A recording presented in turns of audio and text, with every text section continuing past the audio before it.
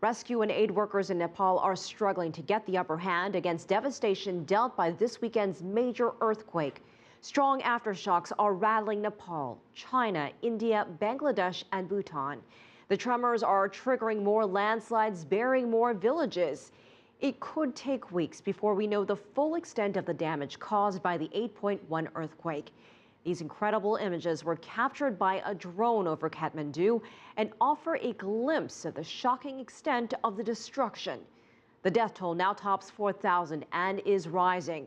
Reconstruction is expected to cost billions. Nepal's government has increased its pleas for help from the international community.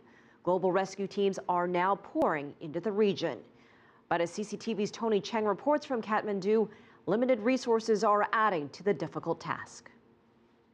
In some parts of Kathmandu, the search and rescue has been halted so they can start to clear the rubble. A mechanical digger claws through the wreckage of a home. 12 people were pulled dead from this block, with no survivors. But this rescue team from India weren't deterred. They're part of the international effort that's come to reinforce Nepal's emergency services. Reports of noises from inside the 6-story building overnight. These Indian search and rescue teams are struggling hard. They think there are 5 people alive in this building and they're working to get them out, but it's a race against time. It's 48 hours since the earthquake hit and the signs of life are diminishing fast.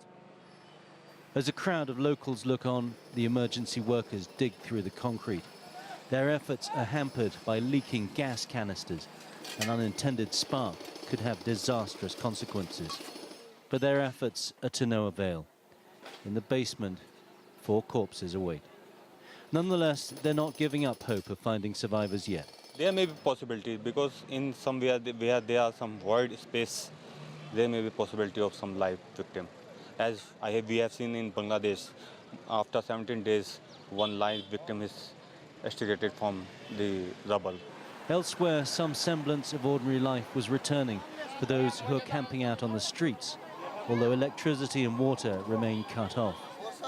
Water is being trucked to strategic points in the city by the army, and most people are getting enough for their basic needs. But other shortages are starting to be felt. So food in the market, we are not getting enough fast food. This man told me that food was now in short supply, that they couldn't find what they needed on the streets, and other supplies were running out fast. And more important concerns for the bereaved, burying the victims of the earthquake. Funeral rites taking place all across the city as the dead are retrieved from the wreckage of the homes in which they died. Funeral pyres burning as the survivors turn their attention to rebuilding their lives. Cheng, CCTV, Kathmandu, Nepal.